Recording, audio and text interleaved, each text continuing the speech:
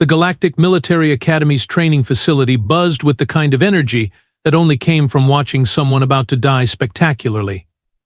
Commander Thexkar's scaled lips pulled back in what his species called a smile, but what everyone else recognized as barely contained amusement. His yellow eyes swept across the assembled cadets, lingering on the small, pink-skinned figure standing awkwardly at the back of the group. "Behold, future warriors of the galaxy," Thexkar's voice dripped with sarcasm as thick as Rigelian honey, "our newest recruit, fresh from the backwater planet they call Earth." He pronounced the word like it tasted bad. "Maya Torres, wasn't it?" The human nodded, her dark hair catching the harsh fluorescent lights of the facility. She looked exactly like what she was, completely, utterly, hopelessly out of place. While her fellow cadets towered above her with their natural armor, enhanced appendages, and built-in weaponry, but Maya stood there in standard-issue gear that seemed 3 sizes too big.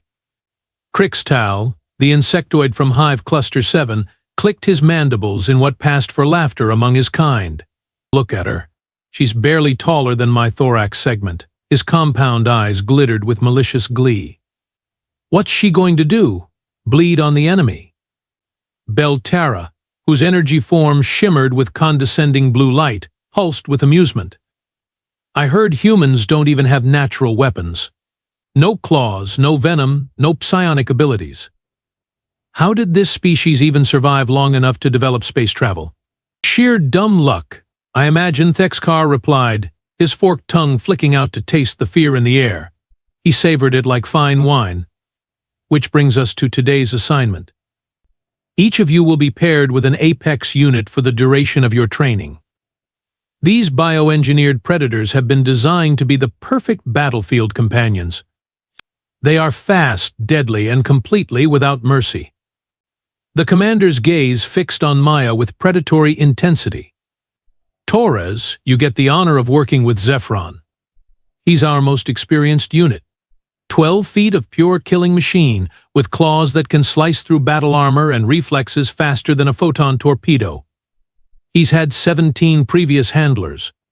Maya's voice came out smaller than she probably intended. "What happened to them, sir?" Thexkar's smile widened, revealing rows of needle-sharp teeth. "They weren't fast enough, strong enough, or smart enough to earn his respect. The first 15 died during initial contact. The 16th lasted almost a full week before Zephron decided he was tired of taking orders." He paused for dramatic effect. "We never did find all the pieces." The facility fell silent except for the low hum of the containment fields. Maya swallowed hard, but to her credit, she didn't run screaming from the room like any sensible being would have. "Any questions, recruit?" Thexkar asked, clearly hoping she'd back down and provide him with the entertainment of watching a human grovel. Maya straightened her shoulders and met his yellow gaze. "When do I meet him, sir?" The containment chamber's force field hummed ominously as Maya stepped inside, her heart hammering against her ribs like a trapped bird. The observation deck above buzzed with excited chatter from her fellow cadets, all eager to witness what they assumed would be the shortest handler predator introduction in Academy history.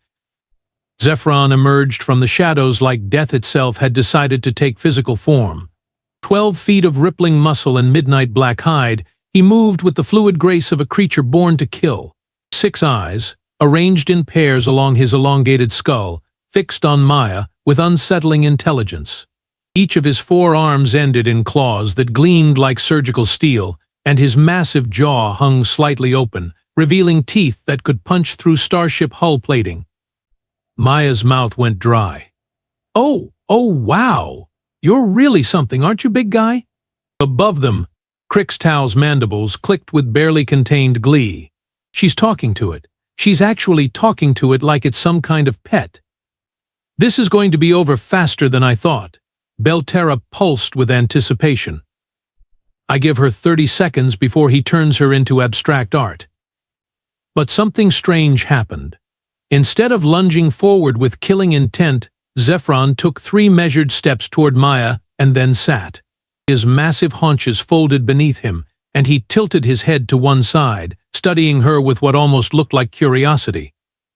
Maya blinked in surprise. "Well, That's unexpected. She crept closer, her hands raised in what she hoped was a non-threatening gesture. "Hey there, Zephron! That's your name, right? I'm Maya. I guess we're going to be working together." The creature's 6 eyes tracked her movement, but he remained perfectly still. One of his smaller arms twitched slightly, and Maya caught sight of old scars crisscrossing his hide, evidence of his violent past. "You've had a rough time, haven't you?" Maya's voice softened with genuine sympathy. "All those handlers who tried to force you to obey, never bothering to actually talk to you or treat you like more than just a weapon." Zephron's head tilted further, and a low rumble emerged from deep in his chest. Not quite a growl, but not exactly friendly either. Maya slowly reached into her utility belt and pulled out her daily ration bar, a compressed block of nutrients that tasted like cardboard but kept humans alive. "I know it's not much, but it's all I've got right now." She held it out toward him. "Peace offering?" The observation deck fell silent. Commander Thexkar's scaled face pressed against the viewing window, his yellow eyes wide with disbelief. Zephron's massive head lowered toward the offered food. His nostrils flared as he took in the scent, and then, with surprising delicacy, he plucked the ration bar from Maya's palm with the tips of his claws. "There we go," Maya smiled, relief flooding through her. "See? We can be civilized about this." The creature consumed the ration bar in one bite, then looked at Maya expectantly. "Oh, you want more?" Maya laughed, a sound that seemed to puzzle Zephron. "I'm sorry, that's all I have right now. But tomorrow I'll bring extra, okay?" She took another step closer and, acting on pure instinct, extended her hand toward him. Would it be okay if I?" Zephron considered her outstretched hand for a long moment, then lowered his massive head until her palm made contact with the space between his eyes. His hide was surprisingly warm, with a texture like fine leather. "Good boy," Maya whispered, and Zephron's rumble deepened into something that almost sounded like contentment. Above them, the observation deck erupted in chaos. Did she just pet it?" Crixtal's voice climbed several octaves. "This is impossible," Thexkar muttered, his claws scraping against the viewing window. "No one has ever. They don't respond to kindness. They only understand dominance and fear." But Maya wasn't listening to the commotion above.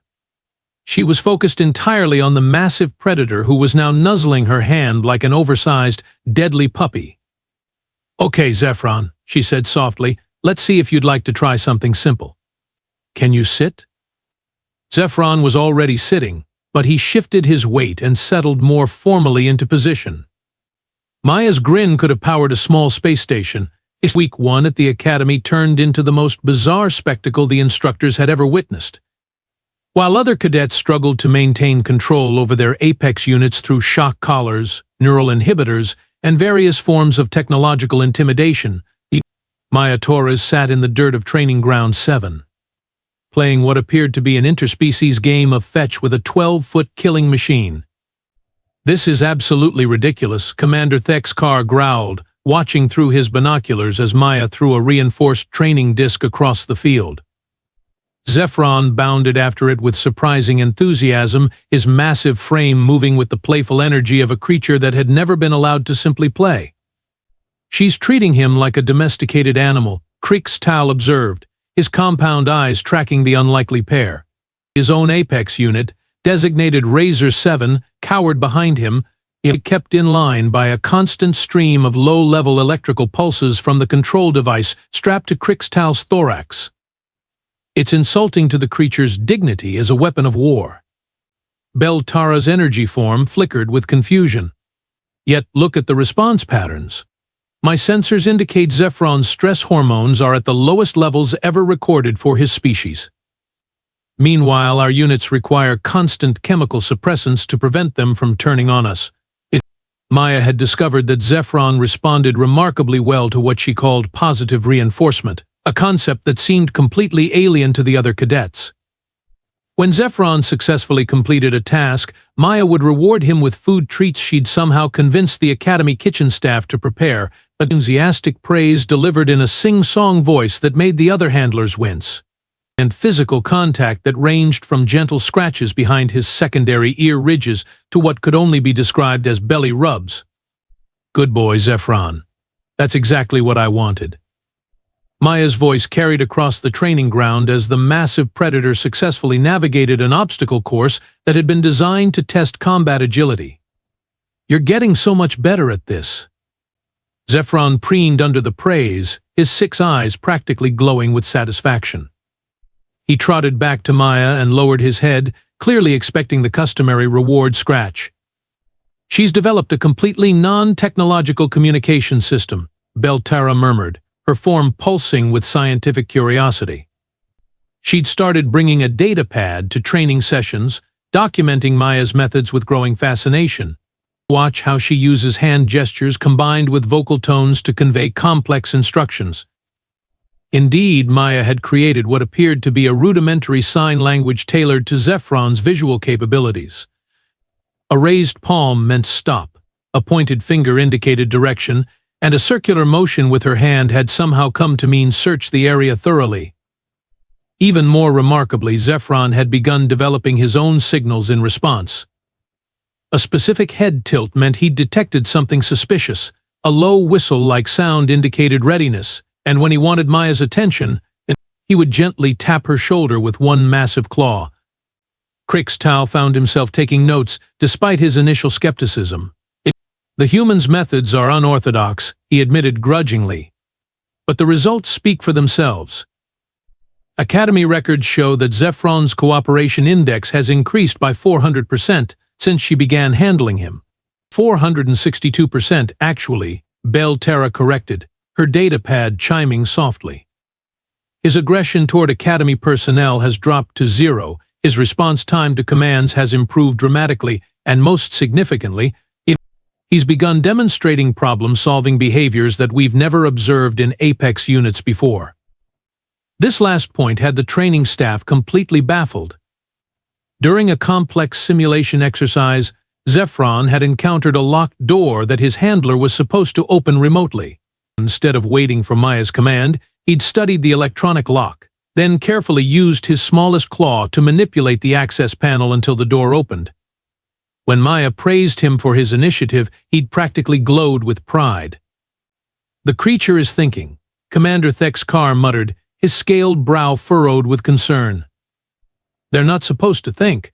They're supposed to follow orders and kill things efficiently."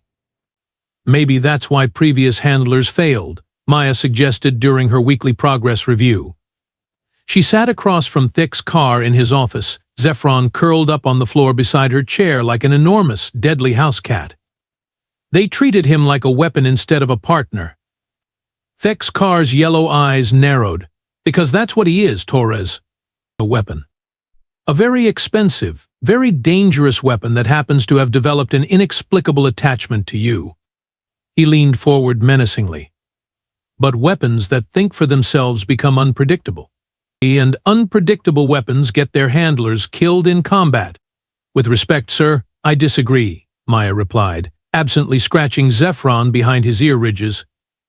The massive creature leaned into her touch, rumbling contentedly. "Zephron isn't unpredictable. He's reliable. More reliable than any of the other units because he wants to work with me, not against me." "We'll see about that," Thexkar growled. "Combat simulations begin next week. Let's find out if your little friendship survives when actual lives are on the line." Maya met his challenging stare with quiet confidence. "We'll be ready, sir." Beside her, Zephron's 6 eyes fixed on the commander with an intensity that made Thexkar's scales ripple with instinctive unease. The message was clear. Anyone who threatened Maya would have to deal with him first. The final examination facility stretched across 3 levels of the Academy's most advanced training complex, a maze of corridors, defensive positions, and tactical obstacles designed to test every skill a cadet had learned. Commander Thexkar stood in the observation center, his scaled fingers drumming against the control console as he watched the deployment screens flicker to life. "Today's scenario is simple," his voice crackled through the comm system to the assembled handler teams scattered throughout the facility. Rogue artificial intelligence constructs have seized control of Strategic Outpost Meridian. Your mission is to penetrate their defenses, neutralize all hostile units, and secure the Central Command Core. You have 90 minutes. 8 handler teams prepared for deployment, each paired with their Apex unit. Maya checked her equipment one final time, then looked down at Zephron, who sat patiently beside her in the staging area. His 6 eyes tracked the movement of the other teams with professional interest. "Just like training, big guy," Maya whispered, running her hand along his neck. "We go in quiet, work as a team, and watch each other's backs." Zephron's responding rumble was barely audible, but Maya felt the vibration through her palm. Around them, the other handlers were making final adjustments to their control devices, checking neural inhibitor settings, and ensuring their shock collars were properly calibrated. Simulation commencing in 3, 2, 1, begin. The teams spread out through the facility with military precision. Crixtal and his unit Razor 7 took the high route through the ventilation systems, while Beltara's energy form allowed her to scout ahead for her massive companion, Devastator Prime. Maya and Zephron chose a middle path, moving through the maintenance corridors with the silent coordination they'd perfected over weeks of training. For the first 20 minutes, everything proceeded exactly as planned. The AI constructs holographic projections backed by solid light technology, provided challenging but manageable opposition. Teams called out positions, coordinated attacks, and steadily advanced toward their objective. Then the lights went out. The emergency illumination flickered on, casting everything in hellish red light. Commander Thexkar's voice cut through the comm system, but it was distorted, fragmented. "Warning systems compromise, abort scenario, repeat, abort." The communication cut to static. In the facility, chaos erupted with terrifying suddenness. Crixtal's scream of pain and terror echoed through the corridors as Razor 7's control collar sparked and died, then turned on his handler with a roar of pure fury. The massive creature's claws raked across Crixtal's chitinous armor, sending the insectoid careening into a wall. Control systems are down. Beltara's energy form flared with panic as Devastator Prime began stalking toward her, no longer responding to her commands. The AI, it somehow hijacked our neural inhibitors. Throughout the facility, similar scenes played out with horrifying consistency. 6 of the 8 Apex units had suddenly turned on their handlers. Their technological restraints either malfunctioned or completely reversed, driving them into berserker rages. The creatures that had been barely contained weapons of war were now unleashed predators with years of suppressed anger and resentment fueling their rampage. Maya pressed herself against a corridor wall as screams and the sound of rending metal echoed from multiple directions. Beside her, Zephron remained perfectly calm, his 6 eyes alert but showing no signs of the madness afflicting his fellow creatures. The rogue AI, Maya breathed, understanding flooding through her. It didn't just hack the scenario, it hacked the control systems. It's turning the Apex units against everyone. Zephron tilted his head, listening to the distant sounds of carnage, then looked at Maya with what she could only interpret as concern. "Yeah, I hear it too," Maya whispered. "Our friends are in trouble." She thought quickly, her mind racing through possibilities. "The AI can't control you because we never used technological restraints. Our bond is organic, biological. But the others?" A bone-chilling roar echoed from the upper levels, followed by Crixtal's terrified clicking. Maya made her decision. "We need to help them, Zephron, all of them, handlers and Apex units." She looked into his 6 eyes, seeing intelligence and understanding there. The AI is using their anger, their pain from years of forced control. But underneath that, they're not evil, they're just hurt. Zephron's rumble was questioning, uncertain. "I know it's dangerous," Maya admitted. "But I think you might be able to talk to them, in your own language. Help them remember that not all handlers are enemies." The massive creature considered this, his head tilting from side to side as he processed the idea. Then, slowly, he nodded. Maya's heart swelled with fierce pride. "That's my boy. But we do this smart, okay? No unnecessary risks. They moved through the facility like ghosts, Maya's human intuition for stealth combining with Zephron's natural predator instincts. They found Belterra first, cornered in a storage chamber while Devastator Prime paced outside like a caged animal, his movements erratic and pain-filled. "Stay here," Maya whispered to Zephron, then called out softly. "Belterra? It's Maya. Are you hurt?" "Torres?" Belterra's energy form pulsed weakly. "Don't come closer." Devastator's control collar is sending pain signals directly to his brain. The AI is torturing him, driving him insane with agony. Maya looked at Zephron, who was studying Devastator Prime with what appeared to be sympathy. "Can you reach him?" Zephron moved forward slowly, his massive frame somehow conveying non-aggression. He began making sounds Maya had never heard before, low, musical tones that seemed to resonate from deep within his chest. Devastator Prime's frenzied pacing slowed, and he turned toward Zephron with confusion replacing rage in his eyes. The two creatures faced each other, and Zephron continued his strange song, adding gentle gestures with his smaller arms. Maya watched in amazement as Devastator Prime's aggression gradually faded, replaced by what looked like recognition, then relief. He's calming down," Belterra whispered in wonder. "Zephron's telling him he's not alone," Maya realized. "That someone understands his pain." But even as Devastator Prime settled into a more peaceful state, the sounds of violence continued from other parts of the facility. Maya squared her shoulders with grim determination. "We've got 6 more to go, and our classmates are running out of time." Maya's mind raced as she processed the chaos surrounding them. Years of working with animals on Earth had taught her something the Academy's advanced technology couldn't replicate: the power of natural social structures. These Apex units weren't just weapons, they were pack predators, and somewhere beneath their bioengineered modifications lay instincts older than civilization itself. "Zephron," she said urgently, "I need you to gather them. All of them.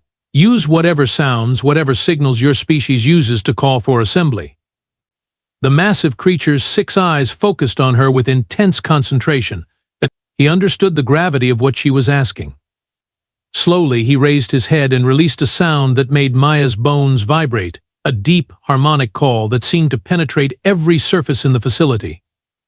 The response was immediate and terrifying. Roars, crashes, and the sound of running feet echoed from multiple directions as the enraged Apex units abandoned their individual rampages and began converging on their location. "Torres." Crixtal's panicked voice called from somewhere nearby. "What are you doing? You're drawing them all here." "Trust me," Maya shouted back, then turned to Zephron. "When they arrive, you establish dominance. Not through violence, but through confidence. Show them you're the alpha they should follow." Razor 7 burst into the corridor first, his hide scarred from clawing at his malfunctioning control collar, eyes wild with pain and fury. Behind him came Devastator Prime, moving with more control now thanks to Zephron's earlier intervention. One by one, the other corrupted Apex units appeared: Shadow Strike, Bone Crusher, Venom Tail, and Nightshade. Maya's heart hammered against her ribs as she found herself surrounded by 6 killing machines, each one capable of tearing her apart without effort. But Zephron stepped forward, placing his massive bulk between Maya and the others, and began the most complex display of animal communication she'd ever witnessed. His posture shifted, becoming more dominant, more commanding. The musical tones he'd used to calm Devastator Prime evolved into something more complex, a series of calls, clicks, and subtle body movements that spoke to something primal in the other creatures' minds. He's talking to them," Belterra whispered in amazement. "Not just vocalizing, but using their entire behavioral repertoire." Maya watched in fascination as Zephron began establishing what could only be described as a pack hierarchy. He wasn't demanding submission through force, but through the kind of natural leadership that alpha predators had used for millions of years. His message was clear: follow me, trust me, and together we can end this pain. The corrupted control collars continued sparking and sending pain signals, but the creatures began focusing on Zephron instead of their agony. One by one, they settled into positions around him, forming a loose circle with Maya at the center. The AI, Maya realized suddenly, it's still there, still trying to control them through the technology. But now they're choosing to ignore it. Crixtal emerged from his hiding spot, his compound eyes wide with disbelief. This is impossible. You're overriding military-grade neural control systems with what? Animal psychology? Not overriding, Maya corrected, her voice filled with quiet pride as she watched Zephron communicate with his fellow predators. Replacing. The AI can torture their bodies, but it can't touch their souls. The facility's emergency lighting suddenly shifted to an ominous purple glow. The rogue AI's voice echoed through the corridors, distorted and filled with electronic rage. Fascinating. The human thinks she can defeat superior technology with primitive biological instincts. Allow me to demonstrate the futility of such thinking. Defense turrets dropped from the ceiling, their targeting lasers painting red dots across the assembled creatures. Maya felt her blood run cold as she realized the AI had just escalated from psychological warfare to direct lethal force. Zephron, she said quietly, we need to reach the Central Command Core. Can you lead them there? The massive predator's response was immediate and decisive. He issued a series of sharp barks that caused the other Apex units to form up in a precise tactical formation. Without any technological assistance, they'd organized themselves into a hunting pack with Zephron as their leader. Maya grabbed onto Zephron's back as the group began moving through the facility with devastating efficiency. The AI's turrets opened fire, but the creatures moved with coordinated precision, using their natural abilities to dodge, weave, and protect each other. When Shadow Strike took a grazing hit, Bone Crusher immediately moved to shield him.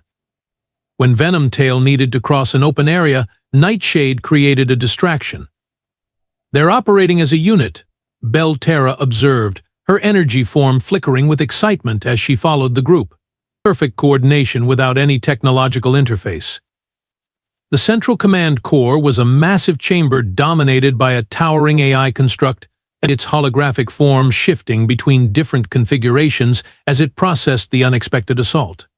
Impossible, it repeated, its voice filled with electronic confusion. My control parameters are absolute. These creatures cannot resist my directives. Maya slid down from Zephron's back and faced the AI directly. You're right about one thing. You can't understand what's happening here because you're missing the most important component. Explain. Trust, Maya said simply.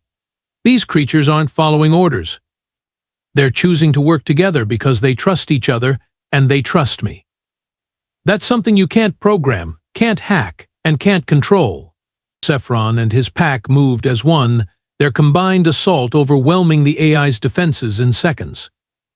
The holographic construct flickered and died, its final words echoing through the chamber. Error does not compute biological imperatives impossible. In the sudden silence that followed, Maya looked around at the assembled Apex units. Their control collars had finally stopped sparking, and for the first time since the crisis began, they seemed truly at peace. Good pack, she said softly, and Zephron's rumbling response was echoed by his companions in a harmony that spoke of unity, understanding, and respect.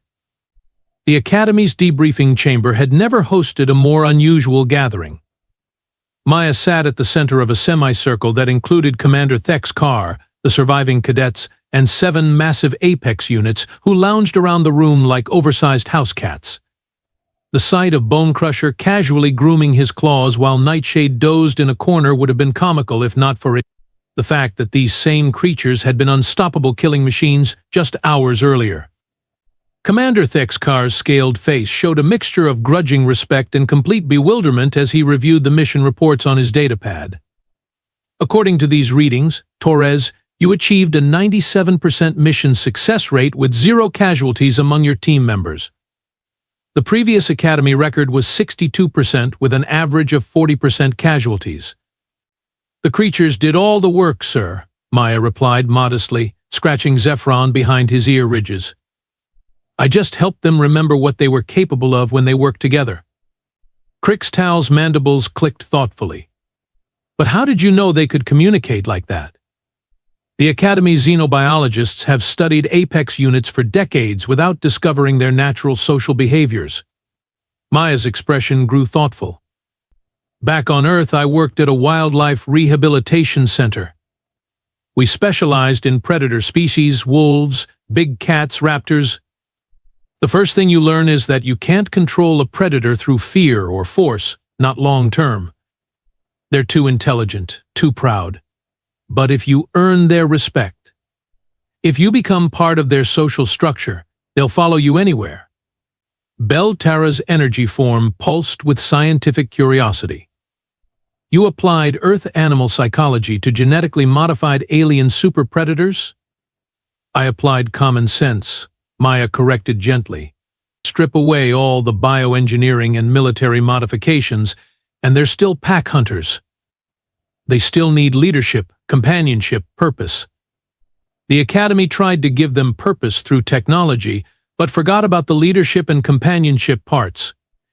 Commander Thexkar set down his datapad and fixed Maya with his penetrating yellow gaze. The High Command is going to want a full report on your methods, Torres. If we can replicate your success across the entire Apex program, it could revolutionize our approach to biological warfare. With respect, sir, Maya said carefully, I don't think you can replicate it. Not the way you're thinking. The commander's scales rippled with irritation. Explain. Maya gestured toward the assembled creatures, who were listening to the conversation with obvious interest. Look at them. Really look. They're not weapons anymore, they're individuals. Zephron isn't just Apex Unit Designation ZX7, he's Zephron. He has preferences, personality quirks, fears, and hopes. You can't mass-produce that kind of relationship. Then what do you suggest? Thexkar asked, his voice carrying a note of challenge. Change the program, Maya said simply. Stop treating them like equipment and start treating them like partners.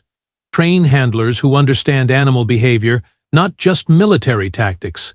Build relationships based on trust instead of technological control. Thexkar was quiet for a long moment, his claws drumming against the table. Finally, he spoke. The High Command has authorized the creation of a new division within the Apex program, the Special Handler Corps. You'll be leading it, Torres. Congratulations on your promotion to lieutenant. Maya's eyes widened in surprise. Sir, I'm honored, but I'm not sure I'm qualified to. You just proved that a backwater human with no formal military training could accomplish what our best xenobiologists and tacticians couldn't, Thexkar interrupted. I'd say you're more than qualified. Crixtal leaned forward, his compound eyes gleaming with excitement. Does this mean we can learn your methods?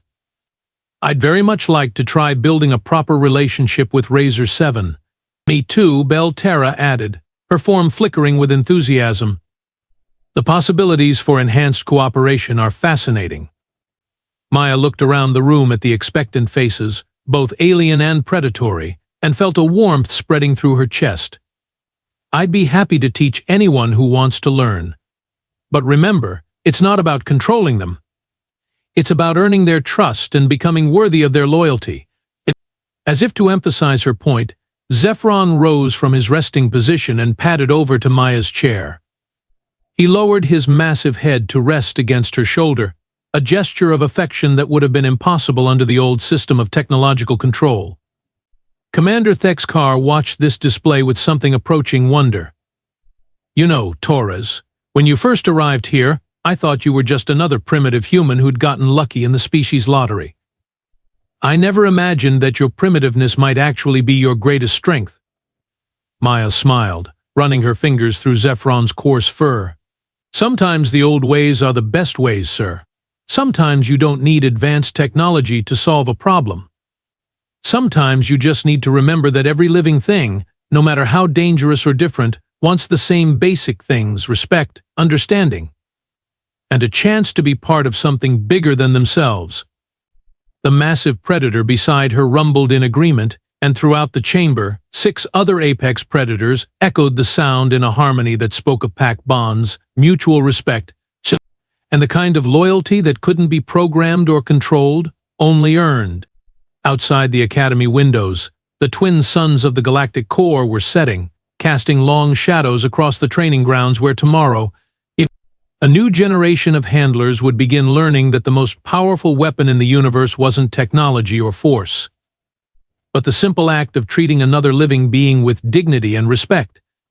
And somewhere in the vast reaches of space, other species would soon learn what the Academy had discovered, but never underestimate a human who understands that strength comes not from domination, but from connection. The Academy's debriefing chamber had never hosted a more unusual gathering.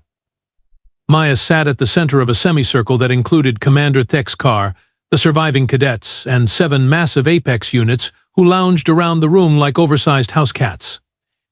The sight of Bonecrusher casually grooming his claws while Nightshade dozed in a corner would have been comical if not for him.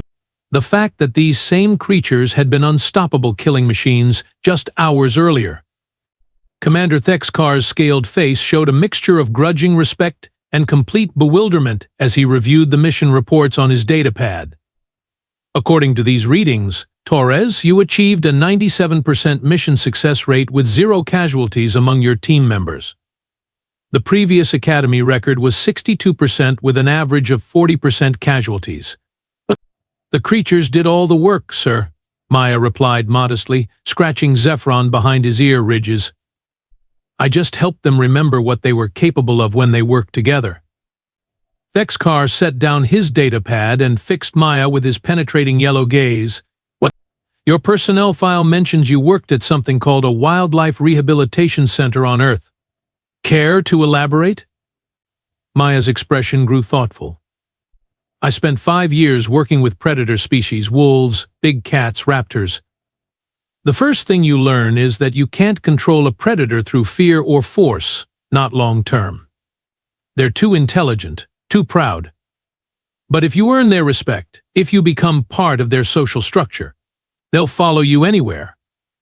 You applied Earth animal psychology to genetically modified alien super predators? Belterra asked, her energy form pulsing with amazement.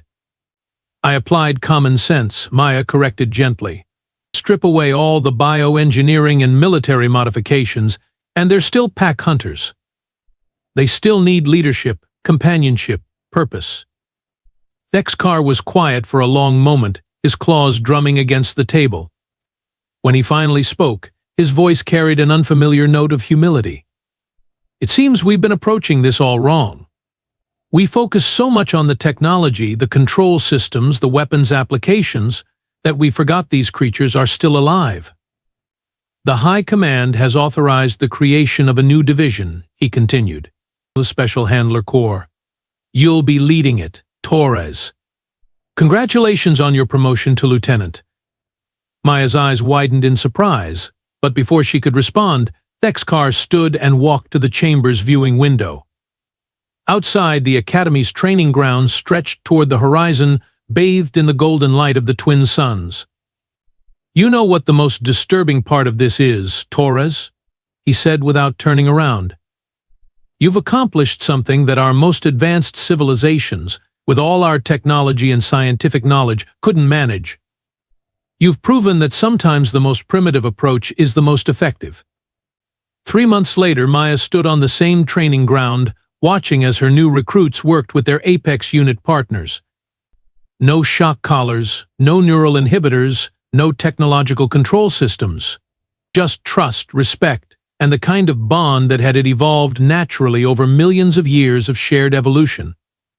Zephron padded up beside her, followed by his pack, 6 other Apex units who now served as training partners for the Special Handler Corps. They moved with the easy confidence of creatures who knew they were valued, not just as weapons, but as individuals. Maya smiled as she watched a nervous Andromedan cadet successfully communicate with her assigned partner using hand signals and positive reinforcement. What do you think, big guy? Ready for another training session? Zephron's rumbling response was echoed by his companions, a harmony of contentment that carried across the training ground. From his office window high above, Commander Thexkar watched the scene with something approaching wonder.